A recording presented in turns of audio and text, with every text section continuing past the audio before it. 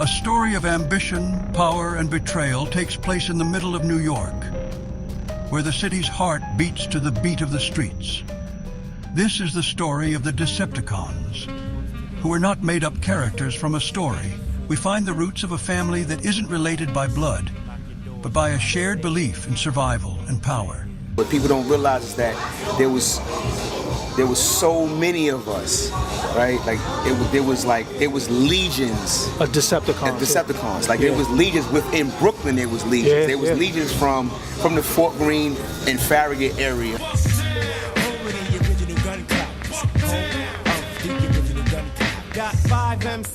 In the late 1980s, the Decepticons, a street gang whose name came from the name of the bad guys from the Transformers series, became popular in Brooklyn. Their gathering wasn't just a show of power. It was also a statement of who they were in the face of the tough socio-economic conditions in the borough. During this time, New York was dealing with rising crime rates. The Decepticons grew into a powerful force in this unstable environment, representing the difficulties and defiance of young people during that time. As the gang got bigger, they became known for quick, well-planned attacks, especially muggings that looked like flash mobs. The Decepticons were not like other gangs that had strict hierarchies. Members often did things on their own. Even though they were disorganized, this let them spread quickly through neighborhoods, changing and responding to how the streets worked. These people didn't just do things in Brooklyn, they did things all over New York City, making people afraid and respectful of them. The Decepticons were more than just a criminal group, despite their bad image. They were a product of their environment.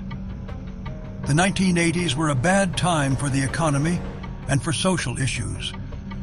This left a void that these kinds of groups filled and filled it well. So the Decepticons show how complicated the social, economic, and cultural forces were that shaped the city of New York during a rough time.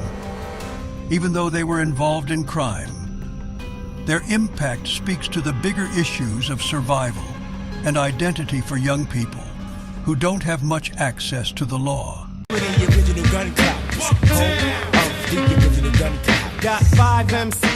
In this clip, we are given a first-hand introduction into the world of the Decepticons in an exclusive St. Laz interview told by Blur, an actual New York Decepticon.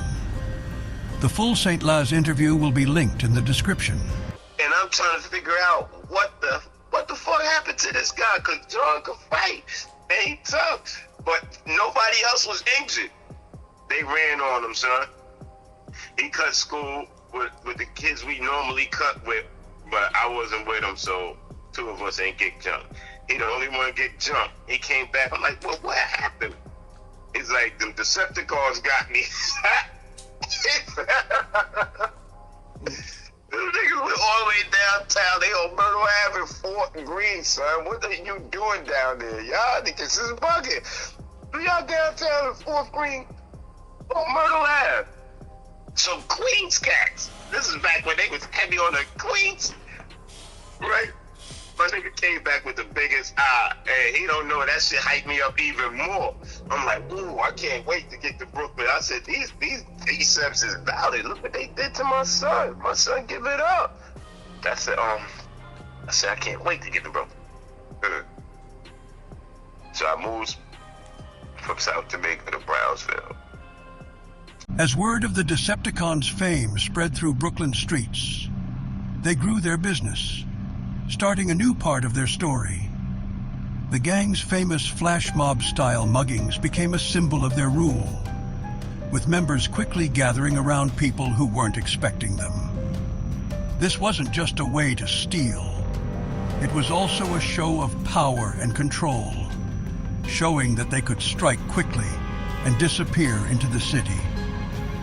Soon, their impact spread to nearby boroughs, and stories of their exploits could be heard in New York's alleys and backstreets. The Decepticons weren't just a gang. They were a rising star whose reputation grew with every successful raid. Young people, pulled by the promise of power and a sense of belonging, joined, eager to be a part of the mythos. But with growth came more close scrutiny. When the police started to pay attention, there were reports in the streets of rivalries and fights within the group. The strategies that helped them get where they were also set them up for problems. As the Decepticons tried to find their way through this complicated world, they came to a fork in the road. Their future depended on whether they could stay on top or fall apart. The Decepticons put on a united front, but they had a complicated web of connections and a strict, violent set of rules for how they should act. The structure of the gang was a mysterious mix of loose ties and close friendship. It wasn't so much about rank as it was about power and respect, with the most charismatic and smart people moving to the top. This method let people be flexible and make decisions quickly, which is very important in the unstable world of street politics. Being initiated into the Decepticons was a rough rite of passage. As a test of their loyalty and strength, potential members had to take beatings or do horrible things to show their worth. These practices weren't just about being tough physically. They were also a way for members to form bonds that could never be broken. Their code was simple, but unbreakable. They had to be loyal to the gang above all else, and keep secrets at all costs. I'm Decep from the heart, not from the start. You heard? When Decepticons started, your boy Blur was all of 11 years old. So, you know what I mean? It's quite a few of them that I don't know. But trust me, they've heard of me. They've heard of me putting my little work in, doing my shit, just making my bones, making my way through the family. So he always constantly has us going up to graphic arts, right? And now we get up there, I start meeting other cons, right? I start meeting these DECEPs that's from Brownsville, you know what I'm saying? Some of them from Crown Heights, you know, all over like that. In this clip, we are given a first-hand introduction into the world of the Decepticons in an exclusive St. Laz interview told by Blur, an actual New York Decepticon. The full St. Laz interview will be linked in the description. The 7 of us, we go jump on the C train with Darkwing, aka Jughead. Now, we gotta get off downtown. We get off, he gotta go to Spring Street. Spring Street is the station. So we riding the C train from 50th Street all the way to Spring Street, Lower Manhattan. He's up there talking all of this shit. He's very upset. He's going on and on telling us the story. These niggas is fronting, cause the guys from Chelsea High School, they were on some trying to debo the people, the dudes from that little school right across the street, you know what I'm saying, from the door. You know, they had no wins against a whole high school, against a little 200 people GED school. So they was trying to goon them niggas out, and what it was is they've been doing it, but like I told you, Jug just got kicked out of printing. So now he's fresh up in that school, and he's not going for none of that shit from nowhere. You feel me? So obviously these guys thought they had one, a new kid to the school that they've been running down on, like he gonna fall in line and this, that, and the third. And there's none of those days with Jug, man. None of those. You have none of those days. I've never seen him back down from a soul. We get to the station, the 7 of us. We walking up to the school, right? We just walking. He's still talking, giving the speech. Yeah, because you know, son, I'm not paying him no mind. Because like I said, I was kind of towards the back. I'm talking to the girls. I usually in front of shit, but I'm towards the back because I'm walking with, you know, purple glasses and shit. And her homie talking to them. We walking up the block. I see Jughead. We walking, and back then they had the glass Sprite bottles, you know what I'm saying? I guess it must have been the 16 ounce or 12 ounce bottle of Sprite, green glass Sprite bottle on the ground. We walking, he got his box, and every time he take a step, and like his knee bend, he'll dip down, so that's his walk. So he walked and act like he was taking the set to bend down. He said, oh, he did that bend, reached down and picked up the Sprite bottle. He said, oh, this gonna come in handy. Picked it up, put it in his back pocket. I'm like, you know, so mind you, that Sprite bottle, it wasn't empty. It was laying on the ground on the side. So he still got something in there. He doesn't care. He crazy with it. He just picked the shit up, put it in his back pocket. We walk in. We get up to the corner. We see these dudes and shit. They standing on the corner. There was a group of them. It looked like it's about 12 of them or something like that up there, standing around talking. They see us approaching. They're not looking worried at all. We get up there. We even get, as we get closer and closer, Junk just speed up. He gets over there before everybody. He was like, yo, what's up? What's up? He's going to get it on with the main dude that was with that Chelsea squad. He from East New York, you know.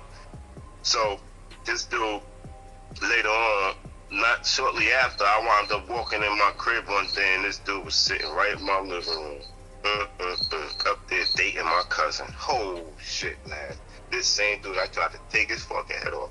Right? So we get up there, and automatically, Chuck is like, what's up? Let's get to it. I'm right on his heels. I'm getting closer. He reaches in his back pocket, and he was so close to him, he had to hit him. He threw the bottle at the nigga. Right? The dude, he actually had a hammer.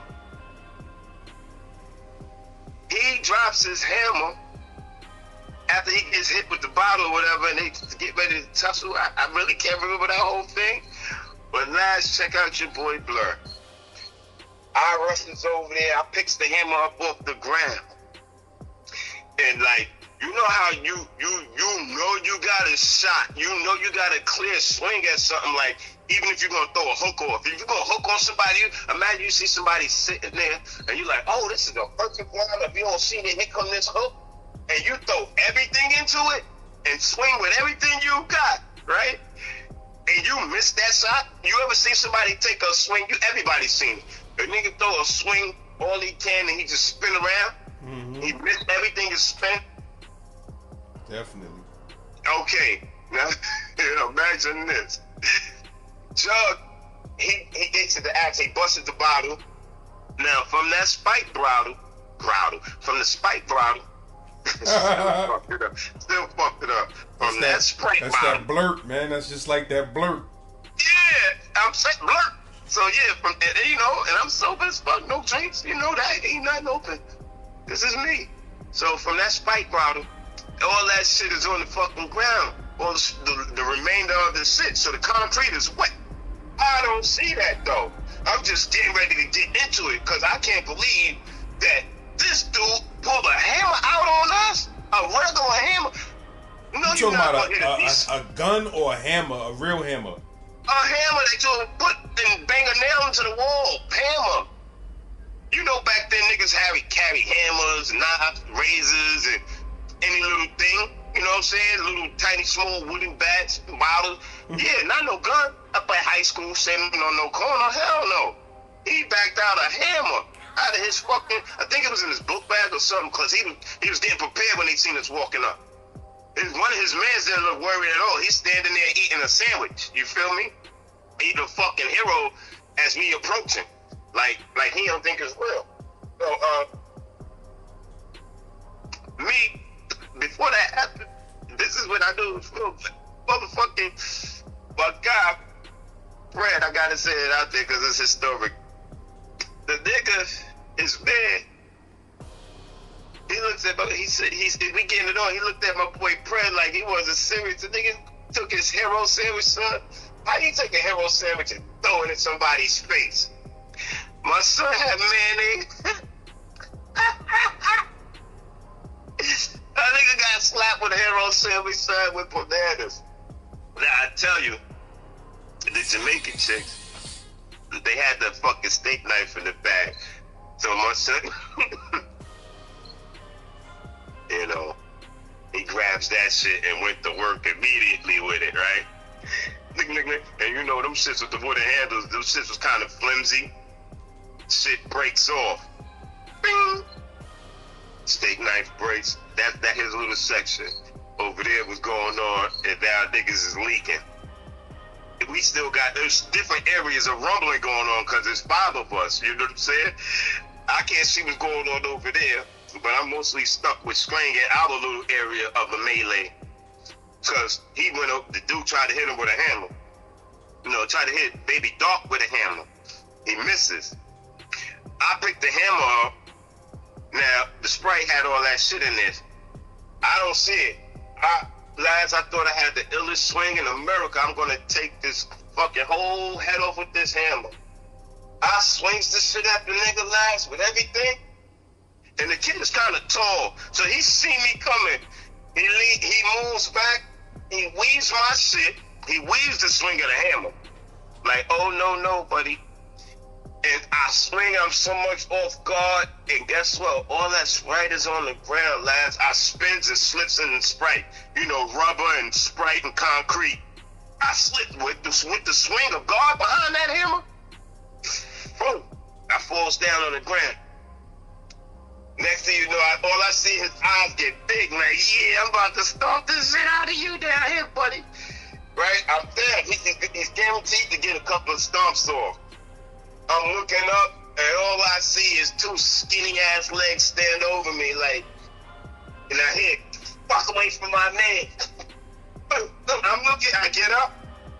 It's your boy Strength. Word. Gun clapper number 1. Strength fights everybody. So he jumps in the midst. He's swinging on homeboy. But I get up, I get back into my situation. But look, this whole time, we come up there to get busy on these guys. What do we hear? The bell, lads. We up there for about a good 20, 30 seconds of rumbling around with these dudes in our little areas, and we doing good.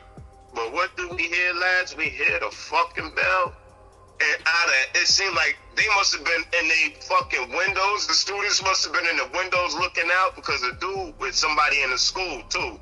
So, you know, he had a following. I guess he was the string of Chelsea High School. This dude, he's from East New York, man. I'm saying his name. His name's Sahara.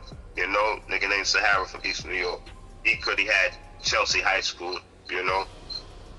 And so, yeah, every door just busted open, you know, and kids, the students started flying out of there, out of every door to us, to the melee to jump us. So we wound up having to retreat last word. They started hitting us with everything. Look, now that happened. Jughead, he backs up. He gets across the street. He's not too close to the doors where all the students is coming out. Niggas starting to make their way from the area. Everybody's retreating, peeling this way, peeling that way, and we looking and we like, oh shit, we missing a man. Who we missing? Who's still in there in the mix? Your boy Strang.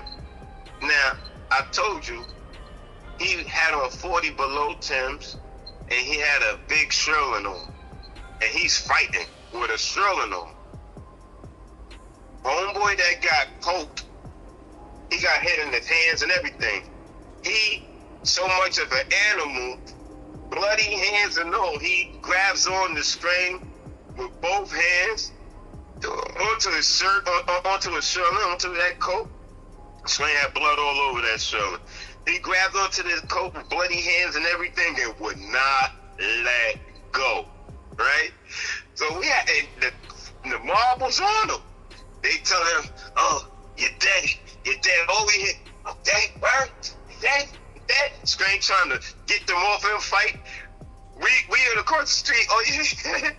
Rest in peace, Chuck, because everybody's ready to get the fuck out of there, right? Chuck was, all you heard was, all I heard was, get up, Jack! Yo, Jack, get up! Yeah. Chuck he's not running over to the crowd, he stationary. That's like you outside of the ring yelling to your fighter, Watch, slip the jab. I do that, like giving instructions on how to maneuver through the ring like he's a trainer. Dude, we up here for you. Your black ass should have ran back over there in that crowd, right? And got Jack. We talk about Jack, get up. How can he? It had to be like 6, 7 of them all my boys straight. So I runs back over to get him. Out of the 5 of us, I'm the only one that ran back over into the melee because Strange was the only one trapped still.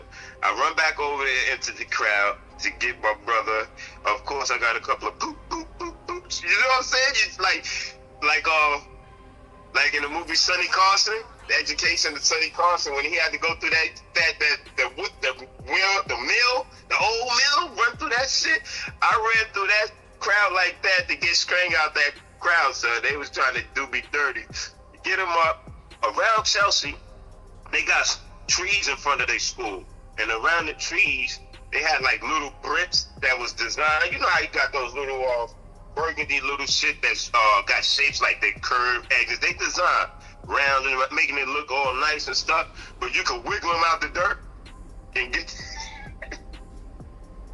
But I tell you, the bitches from the school last was wiggling them bricks out the dirt and throwing them at us, man. It was bananas today. So I runs back in to get Straight. He gets up. That we get away out the crowd. Get out the crowd, and they just started chasing niggas. Me and String went to one section. We ran so far in a different direction as of Just and Prayer went a different direction, and Jughead, about to call him Baby Darkwing, but Darkwing, he ran his own section. He ran a different way. So imagine a crowd chasing 5 people. 2 people go one way, 2 people go the other way, and 1 person go one way. And you just see a little of the crowd go to the left chasing us, a little of the crowd go straight chasing Prayer and Just, which they caught them. I think they got caught them near the police, and they started swinging on them in front of police. You know what I'm saying? They're the blue and white squad car. So they rest in peace. They went through that over there. But the whole school, when I say like the whole swarm, turned right and everybody chased Jug. The whole school really wanted him. So you got probably about 10, 15 people chasing me and Stray, about 10, 15 people chasing Brad and Just, and about 100 and change chasing Dog. They just looked like, what? Because we had to split up. Word, man, that was a hell of a day up there at Chelsea High School. So now, these are the days where we ain't have no cell phones and nothing like that, and you would have to have a house phone and get home and call your people's cribs to find out what happened, because you know we can't meet up and like, yo, I'm on this train and call you on the cell phone. No, so we just had to journey back through all the way back to Brownsville and Brooklyn different ways, and we ain't gonna know what happened until the next morning when we get up to Printing again. So after that, everybody can't wait to get back up to Printing the next day. The next day, they come up there. Niggas is like, yo, we going back up there. There's a few cars up there now. And now it's like 10 of us up there in the morning. So, cause 10 of us around the corner, niggas like, yo, today, when we go back up to that school, whoever don't go, today, you already know what it is. Like, because, you know, sometimes you have to check your own people, you know. So we was basically going to X niggas out. You don't go today, you pussy, you getting X'd out, you know? So niggas had, I don't want to say it like that, niggas had no choice but to get involved the next day. We get to the platform, the train coming into Spring Street last, and I ain't gonna lie, we got like 3 carts into the platform coming down. It was good, nothing.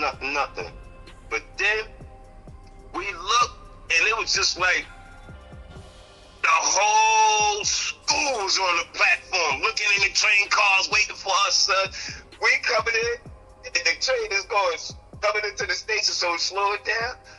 And once they saw us in that cart from yesterday, the whole platform was like, if you see how in Warriors, the skinheads, when they finally When them niggas finally came out and started getting chased by the skinheads to the train station, they was a mob deep like that, son, and they was rowdy like that, like they finally saw us. Like, what you mean? They saw y'all? They saw y'all while the train was pulling in? Yeah, they're still pulling in. They're just slowing down. Chelsea High School platform, and they like, oh, they know as deep as they are, when the train car open, it's gonna be it's over, son. We are jam packed, overcrowded. There's no way 10 niggas is beating a platform. There was a platform. That whole school's out there. I swear, that whole fucking school's on that platform waiting for us the next day. You heard them yell. They banging on the train. Boom. Neither the Decepticons or their rivals were ready to back down. Click subscribe, then visit the St. Laz link to listen to this full interview and hear how this unbelievable story ends. The daily life of a Decepticon was full of different things. On the one hand, raids were exciting, and being part of a crew that was feared and admired was fun. On the other hand, there was the ongoing alertness, the knowledge that any day could bring trouble or arrest. People in the gang had a sense of who they were and what they were here to do. But they had to give their all to the group and not do anything else. They had to deal with more problems as their power grew. There were disagreements within the ranks over territory, tactics, and spoils, which led to internal conflicts. Some members began to think about the path they were taking, and whether or not they could continue living in the shadows of society and the law. The gang was strong and weak at the same time. They were close because they were brothers, but their desire and fear made them unstable. The Decepticons continued to leave their mark on the streets of New York as they figured out their complicated inner world. This was happening even as the forces of change began to close in on them. As the Decepticons' time of power began to end, the unyielding forces of law enforcement and social change began to move into their area. The name that used to be feared and rang through the streets of New York was now being closely looked at by people who wanted to stop its power. More police activity and community projects started to take apart the network that the Decepticons had worked so hard to build. Many continued to participate, which brought some to a path to prison. Prison wouldn't end things. In fact, it brought on new problems, even within the Decepticons, as told on this exclusive St. Laz interview with Blur a Decepticon. Click the link in the description for this full interview. The realization of how dangerous this place is. I'm just in there roaming around looking for my cars and shit like that, my peoples, and you know, I'm used to being away from my family and shit, you know what I mean? So that wasn't gonna bother me. I'm like, alright, this is gonna be a little vacation. I'm sent this, you know what I'm saying? I'm not going out, all kind of shit. So I'm just like, let me just have a little run through. So I'm searching for cars. Now, up on the south side, because I'm on the north side, on the south side is the skinny, I told you this already, but we going back into it because he was the second fight. A skinny Panamanian dude, right? He's taller than me because I was short as shit back then. So he's about 5'8", about $130, mad skinny, you know what I mean? And he had that voice too, squeaky ass voice. And I heard that he was supposed to be DECEPT. So I'm like, DECEPT, all right, so I'm gonna get to know him, you know what I'm saying? Holler at him, see what the hell's going on, you know what I'm saying? That's that DECEPT brotherly love. I'm figuring I'm gonna have some type of, you know what I'm saying, shit going on up here, even if he's on the other side, you know what I'm saying? He got some bogeys, got cookies or something, you know what I'm saying? I'm gonna be able to have something going on. Anyway, the kid said his name was Baby Bad Vibes, right? So I'm like, oh, Bad Vibes. All right, I know who Big Bad Vibes is, you know what I'm saying? I know who Bad Vibes is, you feel me? You know, Franklin Ave. So I'm like, let me holler at him. this kid had like some type of attitude with him, you know what I'm saying? He had a funny ass walk, and he turned his head side to side when he walking, kind of like a baby rumble walk, you know what I'm saying? So anyway, I get to holler at him at the school floor. I'm in the same fucking class with him, and I'm like, yo, trying to get his attention to see what the fuck he acting funny. And I said something to him to the effect like, ain't you supposed to be kind of decep or you or some shit like that? Like, ain't you supposed to be calm? What kind of decep you? In the school class. And nigga tell me, he said, what? He had a funny ass voice. He goes, what? Play the bathroom. I said, oh shit. You know what I'm saying? Play the bathroom, this little wiry mother. I said, oh, I'm gonna break this kid up. You know what I'm saying? Cause believe it or not, even though family is decent, we all have our little one-on-ones and little here and there's, you know what I'm saying? Family fight, you just don't try to kill each other. Come on, we all know that brotherly love, you heard? So he's like, yo, play the bathroom. So I'm like, oh shit, all right. I follow him into the bathroom last. He get in there before me. I'm walking fast in there, but he got in there before me. Boom. I guess, I don't know, you call him the teacher or whatever the fuck it was, but I know they called that shit Rikers University. That's what they call the school floor, University. They must have peeped us both slid out of there, because we ain't have too much time to get anything in. But, so anyway, I follows him in the bathroom. I go over, I spin around, I throw my shits up, he turns around, he got the motherfucking pencil. Last he got the number 2, like he wasn't even trying to fight me in the bathroom or nothing. He must have just been an angry little fucker, boy, because he just wanted to stab me. Like, play the bathroom, like he was gonna poke me the fuck up with this pencil. Turn around, I swing, I noticed he had the pencil, so I tried to swing this hook off on him real quick. He weaves it. I rush him. I grab him, lads. I grab where his hand was with the pencil. I'm like, he's not stabbing me with this shit. So, and I'm big. I'm solid. I'm short, but I'm solid, son. So I got some solidness. So I'm gonna. Anybody know I'm gonna rag a 130-pounder, right? So I'm grabbing him. I'm tussling with him. I'm trying to get the pencil out of his hand. CO breaks in the bathroom, mad quick. Boom, and grabs us apart. And in the mix of him snatching us 2 little motherfuckers apart and taking us out the bathroom, this kid, he's paying the little, I don't even want to call him baby bad vibes or nothing like that, but this kid, he managed to fucking poke the CO with the pencil. So the CO got stabbed with the pencil. They snatch us out, they throw us up on the wall. They trying to figure out what happened that quick, right? I know the CO, he cursed, he's like, the fuck, blah, blah, blah. He's talking shit to his man. The next CO, this dude, he comes over. They got us, you know how they put your hands up, you spread them. Now, it's space between us, about a good 3 feet on him. And I'm looking underneath my arm at him, and he's looking underneath his arm at me, and we mumbling, talking shit to each other. You know how that go. You know what I'm saying? Like, yeah, motherfucker, I'm looking at him. All I just heard was, bam! Yo, I said, what the fuck was that? That's just, yo, like, You said you heard. You said you heard what? The loudest slap ever in life. It was so loud and so hard, his little body shake. I'm looking at him. All I just heard was bam! I'm watching his body shake, right? So can I tell you, this dude was 130 pounds, man. He had to be, maybe less. Yo, the CO slapped the shit out of him, boy. His whole body shook on that wall. I'm laughing at him, right? I'm laughing, I'm looking at him, not even 2 seconds go by. I'm like, thinking I'm good. Oh, shit.